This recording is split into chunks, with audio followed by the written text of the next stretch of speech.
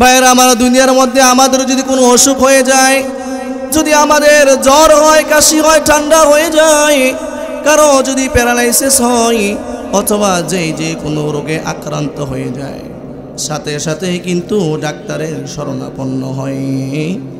Doctor তাকে যেভাবে চলতে বলবেন, যেভাবে ওষুধ খেতে বলবেন, সে কিন্তু সেভাবেই তার প্রেসক্রিপশনের মাধ্যমে তার সুস্থতা হওয়ার জন্যে ডাক্তারের শরণাপন্ন তাকে হতে হয়। এমনইভাবে আল্লাহ তাআলা তিনি জানাইয়া দেন, তোমরা দুনিয়ার বেদির মধ্যে রয়েছো, দুনিয়ার বেদি থেকে তোমাদেরকে বেরিয়ে আসতে হলে আল্লাহ তাআলা সেই ঔষধ তিনি বর্ণনা করছেন, কিসের মাধ্যমে আমরা দুনিয়া থেকে ফিরে আসতে পারবো। আল্লাহ তাআলা তিনি উল্লেখ করছেন, ওয়াল আখিরাতু খায়রুন ওয়া আবকা, আখিরাত এটি হচ্ছে উত্তম। আখিরাত যেহেতু উত্তম, তোমরা অনুত্তম দুনিয়ার পিছনেই পড়ে থেকো না। শুধু তাই না, আল্লাহ তাআলা বলেন, ওয়াল আখিরাতু খায়রুন ওয়া আবকা, আখিরাত এটি হচ্ছে উত্তম এবং আখিরাত এটি হচ্ছে চিরস্থায়ী। আখিরাত এটি কি? চিরস্থায়ী, যার শুরু আছে শেষ নেই। পৃথিবী শুরু হয়েছে, শেষ হয়ে যাবে, ফানা ফানা হয়ে যাবে। আল্লাহ তাআলা কোরআনের মধ্যে বলেন, কুল্লু মান আলাইহা ফান ওয়া ইয়াবকা ওয়াজহু রাব্বিকা যুল জালালি ওয়াল ইকরাম, সব কিছুই ফানা হয়ে যাবে, সব কিছুই ধ্বংস হয়ে যাবে, শেষ হয়ে যাবে, কিন্তু একমাত্র আল্লাহ তাআলাই তিনি বাকি থাকবেন। আল্লাহ তাআলা আদেশের মাধ্যমে যখন সিংহায় ফু দেওয়া হবে, পৃথিবী ধ্বংস হয়ে যাবে, আসমান ভেঙে চুরমার হয়ে পড়বে, গ্রহ নক্ষত্র রাজিগুলো ভেঙে চুরমার হয়ে পড়ে যাবে, সমস্ত মানুষগুলো, সমস্ত প্রাণীকুল মৃত্যুবরণ করবে। আল্লাহ তাআলা কোরআনের মধ্যে বলেন, কুল্লু নাফসিন যায়িকাতুল মাউত, প্রত্যেকটা প্রাণীকে মৃত্যুর স্বাদ গ্রহণ করতে হবে। এজন্য ভাইয়েরা আমার, দুনিয়াকে প্রাধান্য দিলে চলবে না, আখিরাতকে প্রাধান্য দিতে হবে। আল্লাহ তাআলা তো তিনি বলছেন, আখিরাত এটি হচ্ছে উত্তম এবং আখিরাত হচ্ছে চিরস্থায়ী। আল্লাহর নবী সাল্লাল্লাহু আলাইহি ওয়াসাল্লাম হযরত আবু হুরায়রা রাদিয়াল্লাহু তাআলা আনহুকে তিনি এই মেসেজটি দিয়েছিলেন। হযরত আবু হুরায়রা রাদিয়াল্লাহু তাআলা আনহু তিনি বলেন, ওয়া আমারানি আন আনযুরা ইলা মান হুয়া দুনি ওয়া লা আনযুরা ইলা মান হুয়া ফাওকি।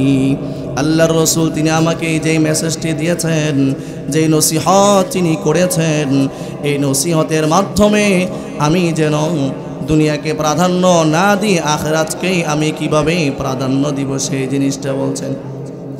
আল্লাহ রাসূল বলেন, আল্লাহ রাসূল হযরতে আবু হুরায়রাকে তিনি বললেন, হে আবু হুরায়রা, তোমার চেয়ে নিম্নে যে ব্যক্তি আছে দুনিয়ার লাইনে, তোমার চেয়ে যে ব্যক্তি নিম্নে আছে ওই ব্যক্তির দিকে খেয়াল করবে, তাহলে তুমি আখিরাতকে প্রাধান্য দিবে, দুনিয়াকে তুমি প্রাধান্য দিবে না।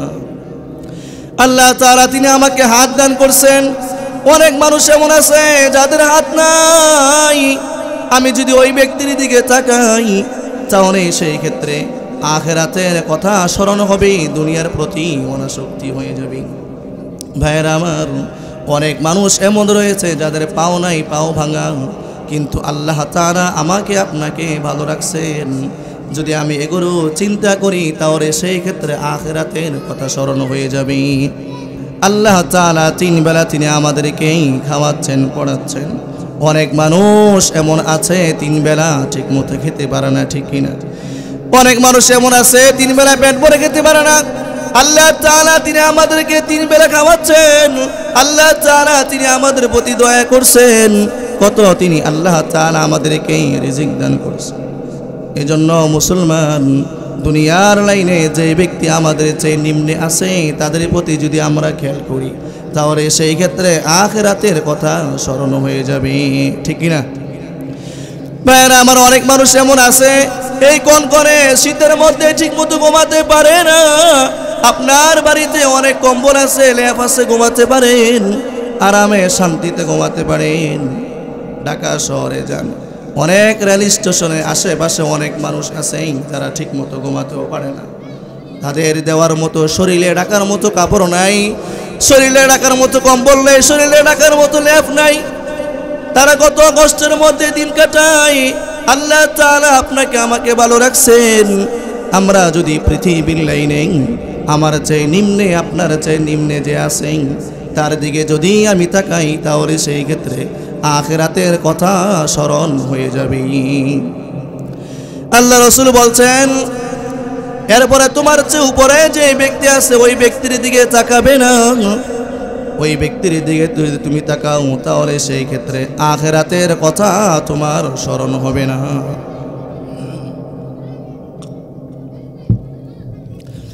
অনেক মানুষের দেখা যায় 5 তলা 10 তলা বাড়ি আছে, যদি আমি ওই ব্যক্তির দিকে তাকাই তাহলে সেই ক্ষেত্রে আখিরাতের প্রতি কিন্তু আমার আসক্তি হবে না। কারণ হচ্ছে যদি আমি ওই ব্যক্তির দিকে তাকাই তাহলে মনে করব আমারও 5 তলা 10 তলা বাড়ি লাগবে।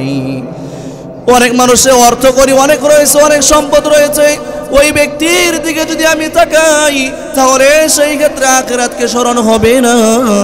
আখিরাতকে স্মরণ করতে হলে আল্লাহ রাসূল বলেন, তোমার চেয়ে নিম্নে যে ব্যক্তি আছে ওই ব্যক্তির প্রতি খেয়াল করবে, তাহলে আখিরাতের কথা তোমার স্মরণ হয়ে যাবে। ঠিক কি না? এই জন্য ভাইরা আমার, পৃথিবী একটা শান্তির জায়গা নয়, পৃথিবী থাকার জায়গা নয়। জগৎ হলো 3 প্রকার। 1 নম্বর জগৎ হলো যেই জগতের মধ্যে শুধু শান্তি আর শান্তি থাকবে, যেই জগতের মধ্যে কোনো অশান্তি থাকবে না, কোনো টেনশন থাকবে না, চিন্তা থাকবে না, যেখানে কোনো ধরনের বালা মুসিবত আপনাকে আমাকে পাবে না, সেই জগতের নাম হলো চিরস্থায়ী। আমাদের ঠিকানা তার নাম হচ্ছে জান্নাত। ঠিক কিনা? আরেকটা জগৎ এমন আছে যে জগতের মধ্যে কোনো শান্তি থাকবে না, যেই জগতের মধ্যে শুধু অশান্তি থাকবে, সেখানে শুধু বালা মুসিবত থাকবে, শুধু অশান্তি আর অশান্তি থাকবে, চিন্তা থাকবে, টেনশন থাকবে, সেখানে কোনো শান্তি বলতে কিছুই থাকবে না। সেই জগতের নাম হচ্ছে জাহান্নাম। আরেকটা জগৎ এমন আছে যে জগতের মধ্যে শান্তিও আছে আবার অশান্তি রয়েছে, সেই জগতের নাম হলো দুনিয়া। কিন্তু মুসলমান, যদি আমরা চিরস্থায়ী শান্তিতে থাকতে চাই, চিরস্থায়ী শান্তিতে আমরা বসবাস করতে চাই, তাহলে সেই জায়গার নাম হলো জান্নাত। সেই জান্নাতে যাওয়ার জন্য প্রস্তুত আছি নাকি? এই জন্য ভাইরা আমার, দুনিয়া জিফাতুন ওয়া তারিফুহা কিলাবুন, দুনিয়া এটা হলো ময়লা আবর্জনা। আর দুনিয়া যে ব্যক্তি তলব করবেন সেই ব্যক্তি হবে কুকুরের মতো। কুকুরে যেরকম ভাবে ময়লা আবর্জনা পেলে দৌড়ে যায়, যে ব্যক্তি দুনিয়া তলব করে সেই ব্যক্তি কুকুরের মতো হয়ে যায়।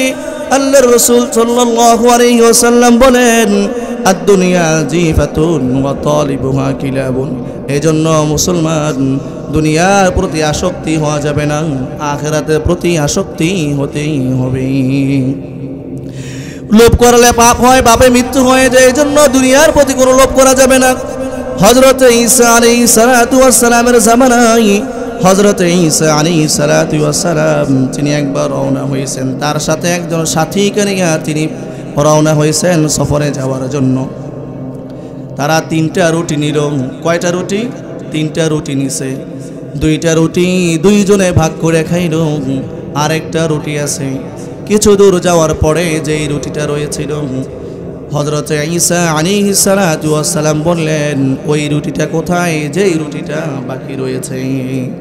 ওই ব্যক্তি বলল, এই রুটিটা তো কোথায় আমি জানি না। বলল, যদি তুমি খেয়ে থাকো তাহলে বলো এই রুটিটা কোথায়। সে বলল, আমি জানি না। কিছুদিন পরে, কিছুক্ষণ যাওয়ার পরে হযরত ঈসা আলাইহিস সালাতু ওয়াস সালামের সামনে দিয়া একটা হরিণ চলে যায়। ঈসা আলাইহিস সালাতু ওয়াস সালাম বললেন, হরিণ, তুমি আল্লাহ তাআলার হুকুমে তুমি বুনাগ্রস্ত হয়ে যাও। এই হরিণটা আল্লাহ তাআলার হুকুমে হরিণটা গ্রস্ত হয়ে যায়। বুনাগ্রস্ত হয়ে যাওয়ার পরে দুজনে পেট ভরে খাওয়ার পরে বলল, এই হাড্ডি গুড্ডি তুমি আবার যেরকম আগে হরিণ ছিলা, আবার তুমি হরিণ হয়ে যাও। আবার আল্লাহ তাআলার হুকুমে এটি হরিণ হয়ে যায়। ভাইরা আমার, হযরত ঈসা আলাইহিস সালাতু ওয়াস সালাম ওই ব্যক্তিকে আবার বলল, ওই যে একটা রুটি ছিল, এই রুটিটা কে খাইছে? সে বলল, আমার জানা নেই। কিছু দূর যাওয়ার পর 3টা বালুর স্তূপ দেখছে। কয়টা? 3টা বালুর স্তূপ দেখছে। হযরত ঈসা আলাইহিস সালাতু ওয়াস সালাম বলল, আল্লাহ তাআলার হুকুমে এই বালুগুলো তুমি স্বর্ণে পরিণত হয়ে যাও। বালুগুলি স্বর্ণ পরিণত হইল। হযরত ঈসা আলাইহিস সালাতু ওয়াস সালাম ওই ব্যক্তিকে বলল, এই যে বালুর 3টা স্তূপ স্বর্ণে পরিণত হয়ে গেছে। একটা স্বর্ণের স্তূপ নিব তুমি, আরেকটা নিবে আমি, আরেকটা নিবে ওই ব্যক্তি যেই ব্যক্তি রুটিটা খাইছিল। সেই ব্যক্তি বলতেছে, হুজুর ওই রুটি তো আমি খাইছি। ভাইয়েরা আমার, হযরত ঈসা আলাইহিস সালাম বললেন, তুমি 2টা রুটি নিয়ে যাও, এই 2টা রুটি তোমার জন্য। তুমি এই 3টা বালুর স্তূপ যে স্মরণে পরিণত হয়েছে, 3টা স্মরণের স্তূপ তুমি নিয়ে যাও। এরপরে রাত্রি যখন হইল, রাত্রিবেলা ডাকাত আসলো। 2টা ডাকাত তাকে বলল যে যেই স্মরণের স্তূপগুলো হয়ে রয়েছে এগুলো আমাদেরকে দিয়ে দাও, না হয় তোমাকে আমরা জানে মেরে ফেলবো। সে বলল, মারার কোনো দরকার নাই, সকালবেলা 3 জন 3টা স্মরণের স্তূপ ভাগ করে নিব। সকালবেলা যখন হয়ে গেল, একজনকে বাজারে পাঠাইছে রুটি আনার জন্যে, আর অপরদিকে তারা 2 জন রয়েছে। তারা সরা পরামর্শ করলো, ওই ব্যক্তি যখন আসবেন সাথে সাথেই ওই ব্যক্তিকে তারা হত্যা করে ফেলবে। আর ওইদিকে সেই ব্যক্তি সে ভাবতেছে রুটির মধ্যে যদি আমি বিষ মিশাইয়া দেই তাহলে সেই ক্ষেত্রে তাদের কাছে নিয়ে তারা খাবে, তারা সঙ্গে সঙ্গেই মারা যাবে। এরপর ওই ব্যক্তি যখন রুটি নিয়ে আসলো, নাস্তা নিয়ে আসলো, আসার পরেই যেই 2 জন এখানে রয়েছে সেই 2 জন তাকে ধরে সাথে সাথে হত্যা করলো। আর যেই রুটিগুলো ছিল এই রুটিটা 2 জনকেই তারাই মৃত্যুবরণ করলো। হযরত ঈসা আলাইহিস সালাতু ওয়াস সালাম এখান দিয়ে যায়, আর তিনিও বললেন, লোভে পাপে মৃত্যু। কথা ঠিক কিনা? এই জন্য ভাইয়েরা আমার, আমাদেরকে দুনিয়ার প্রতি আসক্ত হলে চলবে না, আমাদেরকে জান্নাতের প্রতি আসক্ত হতে হবে। সাহাবায়ে কেরাম রাদিয়াল্লাহু তাআলা আনহুম তারা দুনিয়ার প্রতি আসক্ত ছিলেন না, তারা ছিলেন জান্নাতের প্রতি আসক্ত। ভাইয়েরা আমার, হযরতে সাদ রাদিয়াল্লাহু তাআলা আনহুকে আল্লাহর রাসূল সাল্লাল্লাহু আলাইহি ওয়াসাল্লাম হযরতে সাদ রাদিয়াল্লাহু তাআলা আনহুকে বললেন, ওরে সাদ, তোমার তো বিবাহের সময় হয়েছে, তোমাকে বিবাহ করানোর দরকার। হযরতে সাদ রাদিয়াল্লাহু তাআলা আনহু বললেন, ইয়া রাসূলুল্লাহ, ইয়া হাবিবাল্লাহ, আমি সাদ তো অত্যন্ত গরীব মানুষ, আমি সাদ তো দেখতে অনেক কালো, আমার টাকাও নাই, পয়সাও নাই, তাহলে সেই ক্ষেত্রে কে আছে আমার কাছে মেয়ে বিবাহ নেবে? জনাবে রাসূলুল্লাহ সাল্লাল্লাহু আলাইহি ওয়াসাল্লাম একটা চিঠি সাদের মাধ্যমে পাঠাইয়া দিল মদিনার মধ্যেই সবচেয়ে সুন্দর যে মেয়ে তার বাবার কাছে। হযরত সাদ রাদিয়াল্লাহু তাআলা সেই চিঠি নিয়ে ওই মেয়ের বাবার কাছে দিল। দেওয়ার পরে ওই মেয়ের বাবা বলল, তোমার কাছে তো আমার মেয়েকে বিবাহ দেওয়া যাবে না, কারণ তুমি তো অত্যন্ত গরীব মানুষ, দেখতেও আবার কালো। কিন্তু ওই দিক থেকে মেয়ে বলল, বাবা আমি মদিনা ওয়ালার দিকে তাকাই আমি রাজি হয়ে গেলাম, সাদের বউ হওয়ার জন্য রাজি হয়ে গেলাম। হযরতে সাদ রাদিয়াল্লাহু তাআলা আনহু তিনি মদিনায় আসলেন। আসার পরে ওনার তো টাকা পয়সা কিছুই ছিল না। আল্লাহর রাসূলের হুকুমে সাহাবায়ে কেরামদের থেকে নিয়ে কিছু টাকা পয়সা তাকে দেওয়া হলো বিবাহের সরঞ্জাম কেনার জন্য।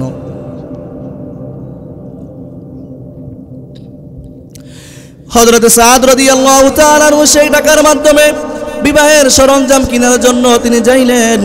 বিবাহের সরঞ্জামগুলো কেনার পরে মাথায় তিনি নিলেন।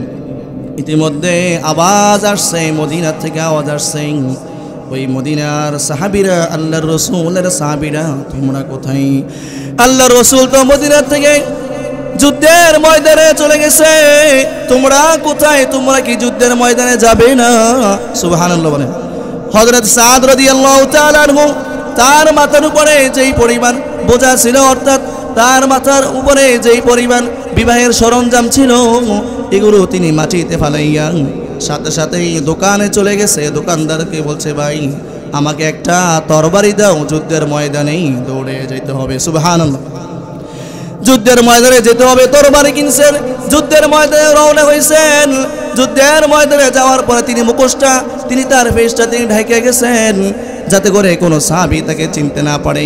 আজকে বিবাহের সময় বিবাহ পালাইয়া সে যুদ্ধ করতে আসছে। অন্যান্য সাহাবায়ে কেরাম বলছে এটা কোন ব্যক্তি? হযরত আলী রাদিয়াল্লাহু তাআলা আনহু বললেন তাকে ছেড়ে দাও, হয়তো সে অন্য দেশ থেকে আসছে এই কালিমাতুল্লাহর জন্য। যুদ্ধ শুরু হয়েছে, হযরত সাদ রাদিয়াল্লাহু তাআলার সামনে অগ্রসর হয়েছেন, যুদ্ধ করছে, যুদ্ধ করতেছে। হঠাৎ করে শত্রুদের আক্রমণে হযরত সাদ তিনি শহীদ হয়ে গেলেন। শহীদ হয়ে যাওয়ার পরে সাহাবায়ে কেরাম বের করছেন, আল্লাহর রাসূল গিয়ে দেখলেন হযরত সাদ, আল্লাহর রাসূল সাল্লাল্লাহু আলাইহি ওয়াসাল্লামের চক্ষু দিয়ে অজরে পানি বের হলো। অজরে তিনি কাঁদতে লাগলেন। কিছুক্ষণ পরে যখন সাদের জন্য আবার কবর খনন করা হচ্ছে, আল্লাহর রাসূল আগের চেহারা পাল্টাইয়া তিনি আবার আবার তিনি হাসতে শুরু করলেন। সুবহানাল্লাহ। সাহাবায়ে কেরাম রাদিয়াল্লাহু তাআলা আনহু বললেন, ইয়া রাসূলুল্লাহ, ইয়া হাবিবাল্লাহ, কিছুক্ষণ আগেই তো আপনি কাঁদলেন, আবার আপনি এখন কেন আবার হাসতেছেন? আল্লাহর রাসূল সাল্লাল্লাহু আলাইহি ওয়াসাল্লাম তিনি বলেন যে সাদ মদিনার হুর ফালাইয়া আল্লাহর রাহে জীবন দিয়ে দিছে, ওই সাদের জন্য আমি দেখতেছি জান্নাতের হুর কবরের মধ্যেই অপেক্ষা করতেছে। সুবহানাল্লাহ। এজন্য সাহাবায়ে কেরাম রাদিয়াল্লাহু তাআলা আনহুম তারা দুনিয়ার প্রতি আসক্তি ছিলেন না, তারা ছিলেন কিসের প্রতি আসক্ত? আখিরাতের প্রতি, জান্নাতের প্রতি। আল্লাহ পাক রব্বুল আলামিন আমাদের সকলকে বোঝার এবং আমল করার তৌফিক দান করুন। সকলে বলে আমিন।